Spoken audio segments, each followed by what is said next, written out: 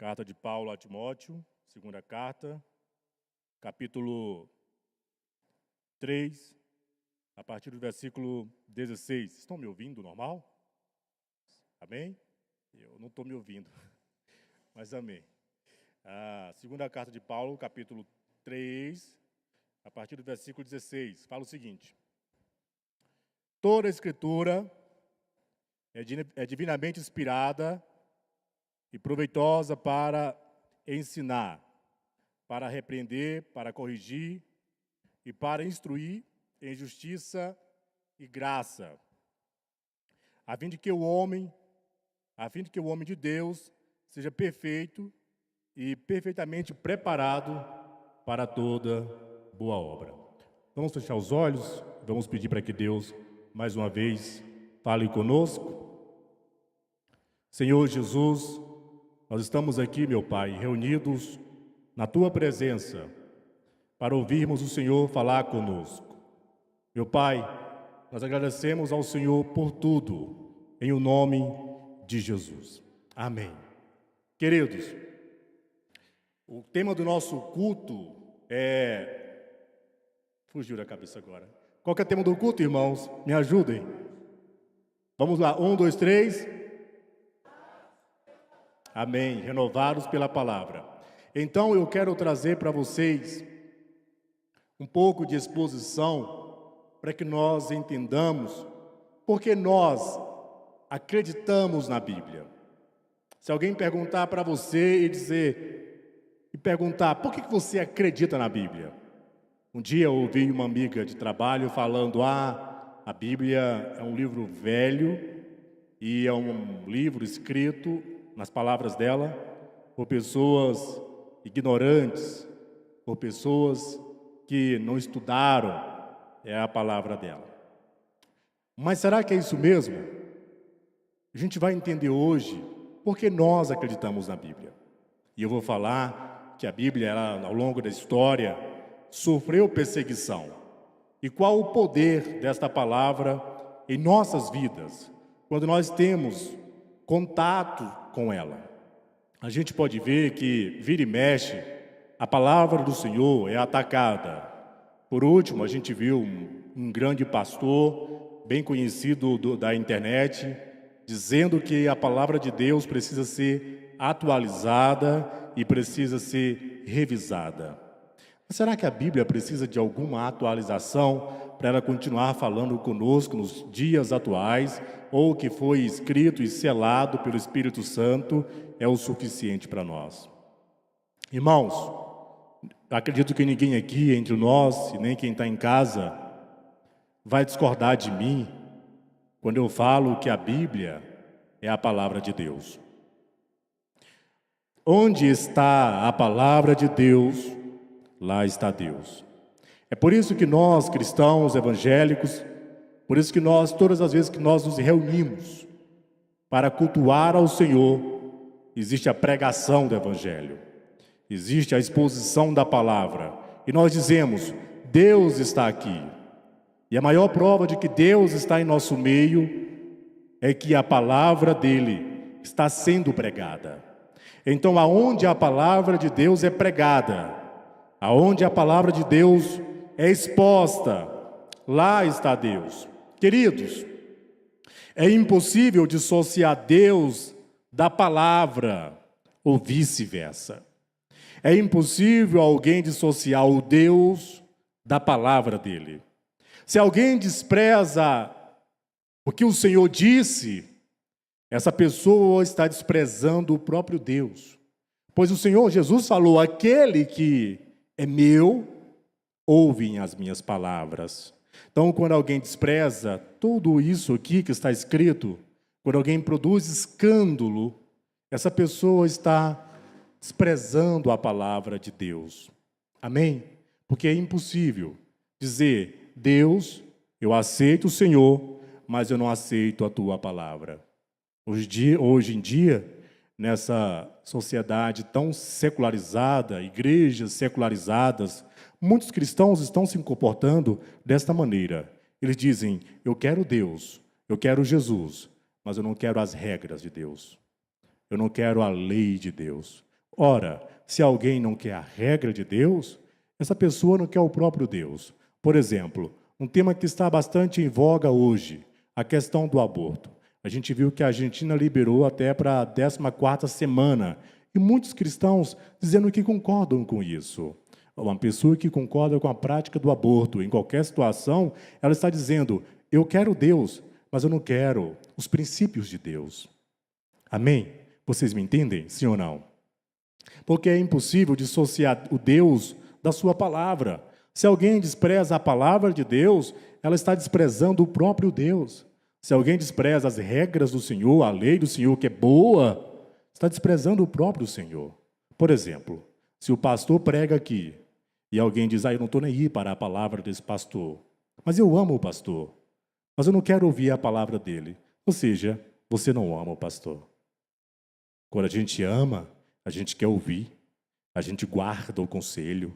Sim ou não? Amém, amados? Então é impossível dissociar Deus de sua palavra, porque Deus e a palavra são uma única pessoa. O que ele fez foi colocar em forma escrita para que nós entendamos a sua vontade. Você quer entender Deus? Ou você quer entender qual é a vontade de Deus para a sua vida? Vá, abra a sua Bíblia, estude. Deus vai falar com você. Há uma frase interessante que alguém diz, Deus não fala mais comigo. Aí o pastor responde, é claro, é bem provável que a sua Bíblia esteja empoeirada. A gente quer que Deus fale conosco como? Através de um sonho? Através de que alguém se levante na igreja e põe a mão na nossa cabeça e diz, eis que eu te digo, Deus me mostrou, Deus me revelou, mas nunca nós queremos ir para a palavra de Deus e Ele vai falar conosco. Então você quer ouvir Deus falar com você, sim ou não? Abra a sua palavra. De Gênesis a Apocalipse.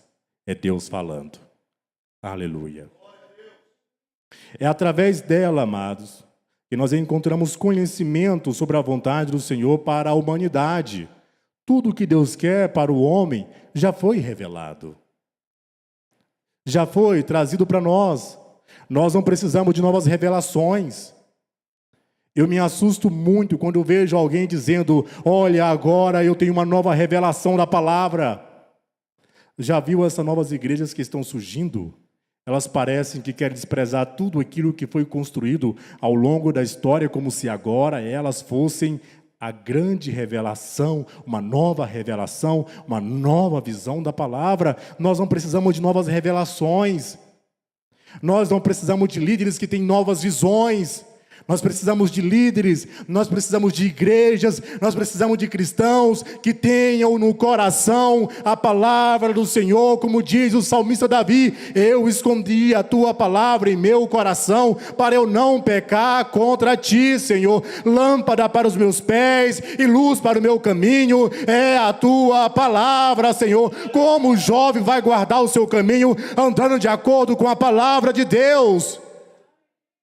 Nós não precisamos de novas revelações, nós não precisamos de novas visões, nós só precisamos de cristãos cheios da palavra de Deus.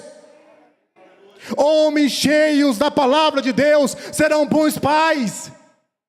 Homens cheios da palavra de Deus serão bons servos, bons empregados, bons patrões, bons pastores, bons esposos.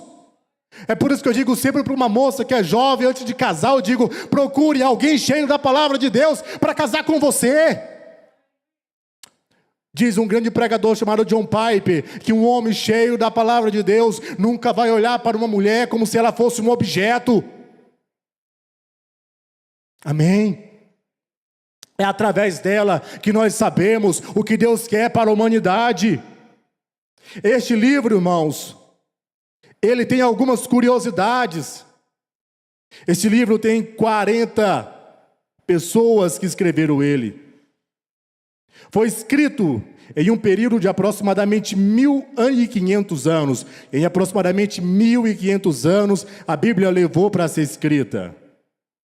Esses homens foram usados por Deus, e nós paramos para ver quem foi que escreveu a Bíblia. A gente vai ver que eram tão pecadores quanto nós.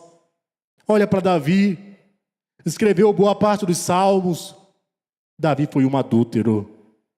Davi foi um assassino, mas no final Deus disse: Davi foi um homem segundo o coração de Deus. Olha para Moisés, um homem que se irou, escreveu todos os Pentateucos, os 5 primeiros livros da Bíblia. Era um homem que um dia matou outro com um soco. Eram tão pecadores quanto nós. É isso que a graça de Deus faz. Deus usa aqueles que não são para confundir os que são. Deus usa as coisas loucas deste mundo para confundir aquelas que se acham sábias. Quando a gente pensa nesse versículo, a gente imagina as pessoas loucas, as que não são aqueles que estão no mundo, drogados, se prostituindo. Eu não sou coisa louca. É sim. Esse versículo está falando de mim, de você. Éramos nós que não éramos, e Deus fez nós sermos filhos dele. Amém? Você pode aplaudir Jesus por isso?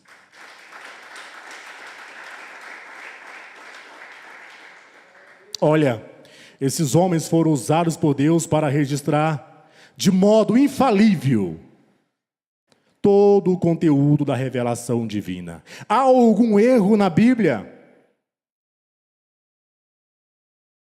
Você pode olhar para a Bíblia e não querer aceitar alguma coisa que está escrito nela. Mas o erro não está nela. O erro está em nós. Todas as vezes, amado, que você olhar para a Bíblia e dizer para um versículo: olha, eu não concordo com esse versículo, você está errado. A Bíblia está certa. Amém? Todas as vezes que você dizer para a Bíblia: eu não concordo com o que está aqui escrito, você está errado. E a Bíblia está certa. A Bíblia, ela é infalível. Ela é uma revelação divina. O Senhor usou homens diferentes uns dos outros, tanto na cultura, quanto em local em que eles viviam. É isso que Deus faz. Olha para nós aqui, somos pessoas diferentes umas das outras, sim ou não? Somos tão diferentes. Alguns estudaram mais, outros menos. Alguns têm mais bens, outros menos. Um é moreno, o outro é negro, o outro é branco, baixo, alto, gordo. Somos tão diferentes, mas temos um único propósito: servir ao Senhor. Temos uma única fé, que o Senhor Jesus Cristo morreu por nós, nós ainda sendo pecadores. É isso que Deus faz em todo o mundo. Deus reúne pessoas tão diferentes para conviverem no mesmo ambiente, no mesmo lugar, para cultuar. É por isso, pastor, que o culto público é tão maravilhoso. São tantas vozes diferentes, tantos corpos levantados com as mãos para o alto, glorificando o único Deus. Isso é maravilhoso. Quem faz isso é o Espírito Santo, na hora do louvor. É tantas vozes reunidas num único coral, adorando o único Deus. É isso que Deus faz. Ele junta tantas pessoas que às vezes uma nem gosta tanto da outra, mas na hora do louvor não tem isso. Na hora do culto não tem diferença. Somos todos iguais perante Deus. Amém? Então foi isso que Deus fez também ao escrever a sua palavra. Juntou homens diferentes, em locais diferentes. Deus usou homens cultos, como Moisés era culto. Deus usou Salomão, que também era culto. Alguém aqui pode dizer: eu não estudei tanto, eu não tenho tanta, alguém pode dizer, leitura, eu não tenho um diploma superior na minha parede. Não é isso que vai fazer Deus usar você menos ou não. O que faz Deus usar um homem à sua disposição, em servir a Deus e dizer como Isaías: eu estou aqui, envia-me a mim, Senhor. É a sua disposição. Amém? Assim como Deus usa um homem culto como Paulo, Deus pode usar um homem como eu e como você. Como você que está em casa também. Então não se limite. Não se limite. Deus é ilimitado. Amém? Deus nunca olha para a aparência. Deus sempre olha para o coração. A gente sabe bem disso. O problema é que às vezes a gente esquece. Não é, amados? A gente sabe que Deus olha para o coração, como Ele olhou para Davi, mas a gente esquece disso às vezes. Deus usou Paulo, que era culto, e também usou homens que eram iletrados, como Amós, como Pedro, que não tinha tanto estudo assim. Então Deus usa um universitário, Deus usa um doutor, Deus usa alguém que não sabe nem ao menos escrever. Para cada situação, Deus tem um instrumento. Amém? Alguns escritores viviam em palácios, como Isaías e Daniel.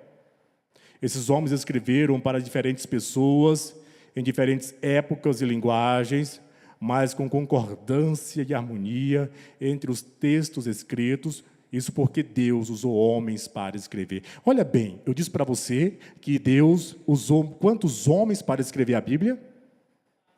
Quem está ligado? Quantos? Escreve, irmão, no chat do YouTube. Quantos? Deus usou 40 homens de diferentes culturas, de diferentes graus de estudos.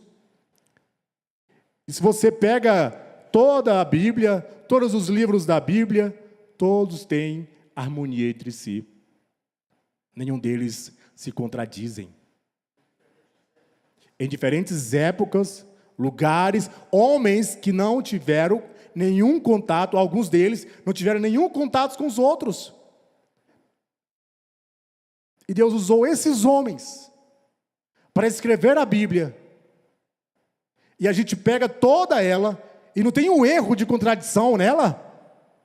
Sabe por quê? Porque Deus usou esses homens como um escritor usa uma pena. Porque quem estava escrevendo de fato era o Espírito Santo de Deus. Ele é o grande autor da sua palavra. Aleluia! O Deus é o próprio autor da sua palavra.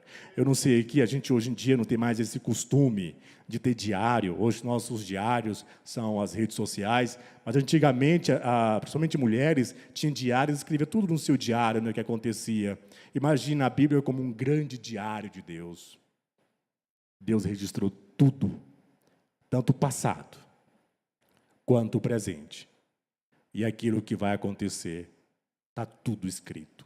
A gente fica assustado hoje com o que está acontecendo no mundo, parece que o mundo foi chacoalhado, a gente fica assustado, mas é porque a gente às vezes não lembra que na palavra do Senhor já está tudo decretado, já está tudo definido desde o começo.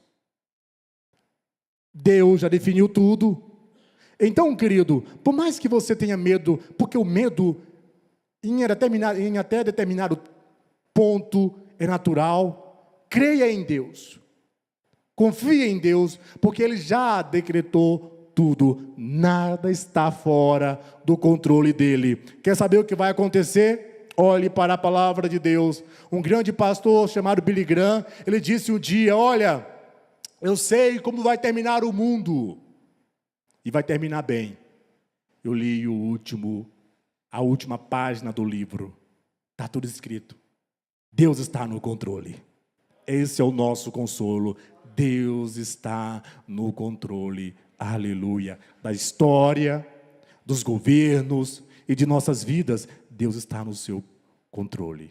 É Deus que está no trono, para todo sempre. Amém?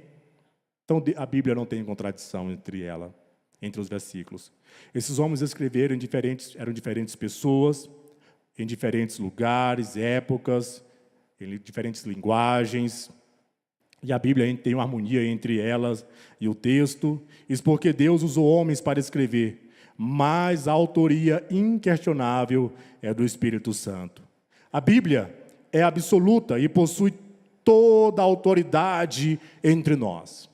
Quem é a autoridade do cristão? É a palavra de Deus. Quando você for tomar uma decisão, antes de você tomar qualquer decisão na sua vida, pense, isso glorifica a Deus? O que a palavra de Deus diz sobre isso? Procure conhecer ela, e você vai andar melhor. Por isso que o salmista do Salmo 119 diz, ela é lâmpada para os meus pés. Para que serve uma lâmpada? Para clarear, para não nos deixar andar em trevas, na escuridão. Então, quando você for tomar uma decisão, pense, isso glorifica a Deus? A gente vê hoje igrejas que são pós-modernas, cristãos que, de forma natural, vai tomando álcool, bebendo, como se fosse normal. Aí você diz, Valdeir, isso não é pecado. Mas a grande pergunta não é se é pecado ou não, é exalta a Deus? Deixa eu abrir um parênteses aqui. Irmãos, vamos ser francos. Um crente sentar, tomar uma bebida com álcool, no meio de todo mundo que sabe que você é crente, essas pessoas vão glorificar a Deus com aquele seu ato? Ou elas vão se escandalizar? Glorifica a Deus? Toda ação nossa tem que ser para glorificar a Deus. A questão não é se é pecado ou não, é glorifica a Deus. Eu, como jovem, postar foto em rede social com meu corpo praticamente nu, glorifica a Deus? Uma moça usando as suas redes sociais para se expor, Deus é glorificado? Alguém olha e diz, nossa, glória a Deus por isso. Todo ato nosso tem que ser para glorificar a Deus. Em todos os sentidos.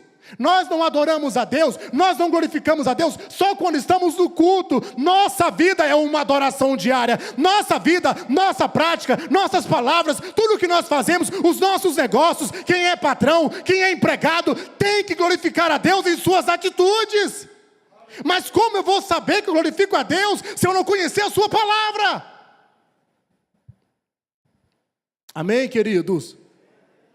Nós glorificamos a Deus em qualquer situação. Eu olho para Davi, eu vejo Davi glorificando a Deus quando ele estava só um pastorzinho, atrás das ovelhas. Ele tocava canções para Deus, ele se tornou um rei, ele continuou glorificando a Deus. Ou seja, ele glorificou a Deus no anonimato. Ele glorificou a Deus também em público, em qualquer situação. A nossa vida é como uma vela acesa, para que todas as pessoas olham e através de nós vejam o próprio Deus em nós. Amém? Eu precisava abrir esse parênteses, porque toda a nossa vida é para glorificar a Deus, todas as nossas atitudes. A pergunta não é, é pecado ou não é pecado? A pergunta é, glorifica a Deus? As pessoas que estão ao meu redor, elas vão ver Deus em mim? Elas vão conhecer Deus através dessa minha atitude? Então, se não glorifica a Deus, se Deus não é glorificado, não faça. Se vai trazer escândalo entre os irmãos, não faça. É melhor não fazer. Por mais que não seja pecado, mas não faça. Por mais que não tenha nenhuma lei te obrigando, não faça. Por quê? Porque vai trazer escândalo. O que os irmãos vão falar? O que a igreja vai falar? Isso vai glorificar o Senhor? Não vai. Então, por mais que não tem nada a ver, eu não vou fazer. Não vou praticar, porque não glorifica a Deus. Porque as pessoas não vão ver Deus nesta minha atitude. Amém? Vocês entenderam, sim ou não? Mas como que eu vou saber o que glorifica a Deus ou não? Conhecendo a palavra dele. Tem um convite para nós, e o convite é, venham, conheçam e prossigam em conhecer a Deus. Amém, queridos? Vamos lá para a gente concluir. Esses homens escreveram para diferentes pessoas, foi o que eu disse. Olha, a Bíblia é absoluta e possui toda a autoridade em nós. Então, nossa autoridade é a palavra dele. Quando eu, como pregador, pregar alguma coisa que não está na palavra, você precisa ficar com a palavra e esqueça a minha. Quando um pastor pregar alguma coisa que não está na palavra, esqueça o que esse pastor disse e fique com a palavra. Um dos lemas da Reforma Protestante era sola as Escrituras, somente as Escrituras, nada mais do que isso. Olha, um fato histórico interessante. Queridos, nada pode se opor à palavra de Deus. Havia um homem chamado Juliano. Ele era um apóstata e imperador de Roma. Ele tentou reacender o fogo nos altares pagãos, e esse homem tentou destruir o cristianismo. Ele queria voltar ao paganismo. Ele ordenou que todas as cópias das Escrituras fossem queimadas e promoveu uma sangrenta perseguição contra os cristãos. Em 363, o imperador Juliano estava em guerra com os persas, mas tinha um cristão no exército romano. Um cristão estava sendo motivo de piada dos soldados pagãos. Esses soldados jogaram esse irmão no chão e cuspiram no rosto dele e depois falaram: onde está o teu carpinteiro? Ou seja, aonde está o teu carpinteiro? O soldado cristão respondeu: o meu carpinteiro está ocupado fazendo um caixão para o seu imperador. Depois de alguns meses, o imperador sofreu um golpe fatal e quase estava morrendo. Tomou nas mãos o sangue que escorria do seu corpo e gritou em voz alta: você venceu, Galileu. Ou seja, nada pode se opor a Deus. A palavra do Senhor diz: olha, você é a igreja e as portas do inferno não prevalecerá contra você, contra nós que estamos aqui e contra a igreja do Senhor em todo o mundo. Pode se levantar quem se levantar.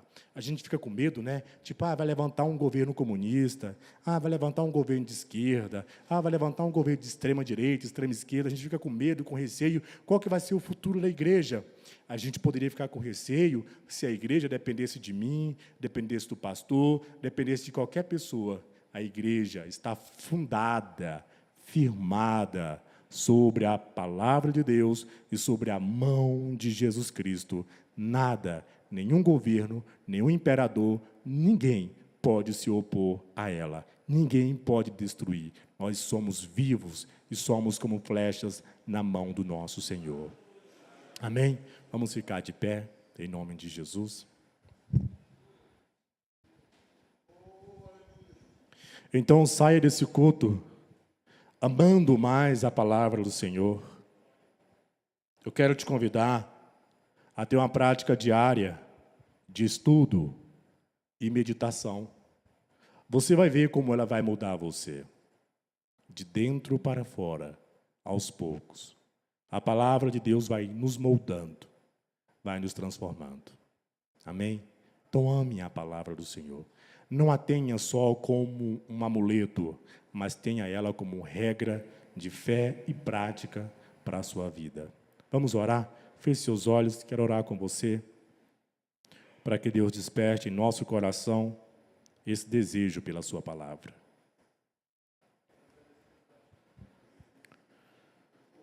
Senhor Jesus, nos ensine a te amar mais. Nos ensine a amar mais a tua palavra.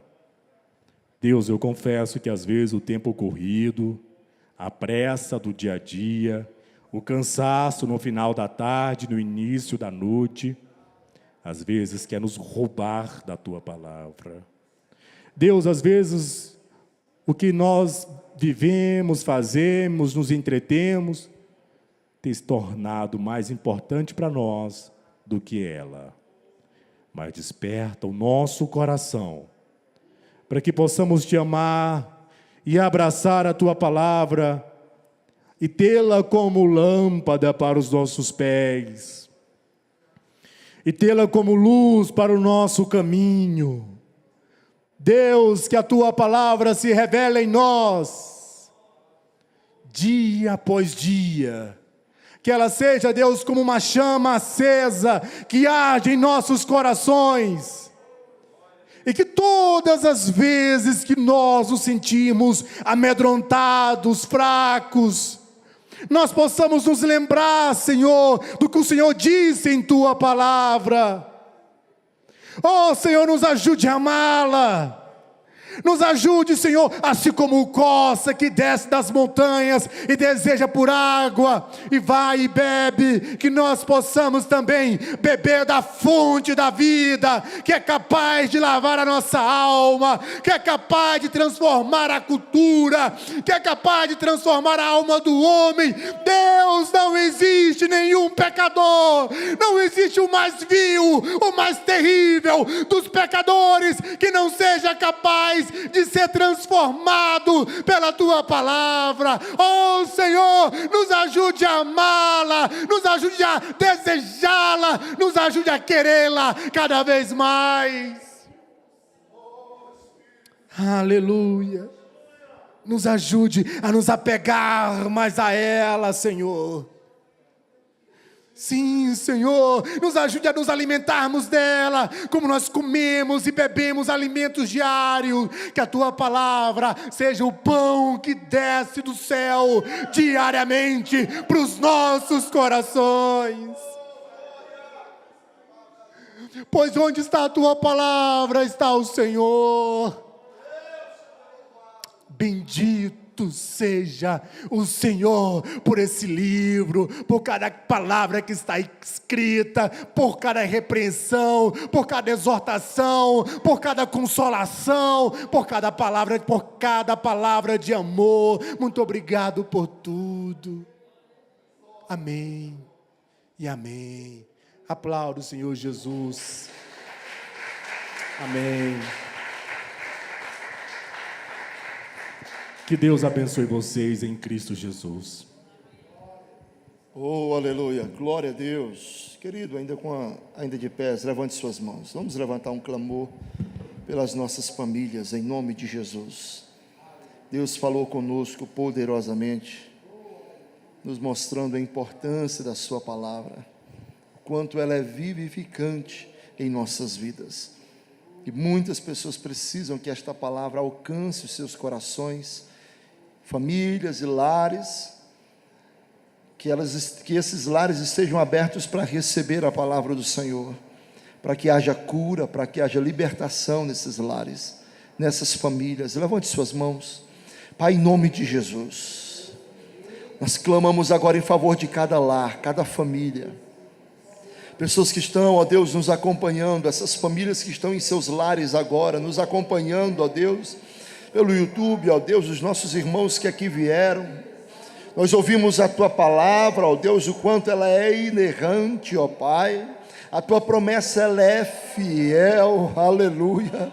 A Tua palavra, ela é poderosa, pois nos revela o Deus Todo-Poderoso. A Tua palavra é criativa, pois foi através da mesma que o Senhor criou os céus e a terra e todas as coisas que neles existem. Tudo foi pelo poder da Tua palavra, aleluia, aleluia. As Tuas promessas se cumprem através da Tua palavra. Então, ó Deus, que a Tua palavra alcance agora cada lar, cada casal, cada pai, cada filho, ó Deus, onde o inimigo está tentando colocar frieza espiritual, frieza emocional, indiferença à Tua verdade, que pode libertá-los. Que o Teu Espírito alcance agora essas famílias, que a Tua unção que quebra todo o jugo entre agora nesse lar, ó Deus, libertando este casamento,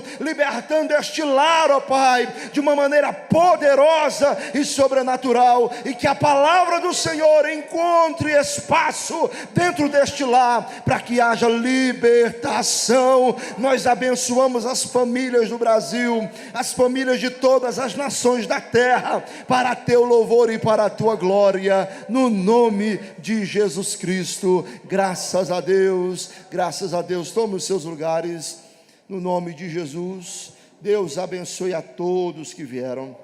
Deus abençoe a tua vida. Deus abençoe o evangelista Valdeilson por esta palavra abençoadora aos nossos corações. Deus falou contigo, querido? Aleluia.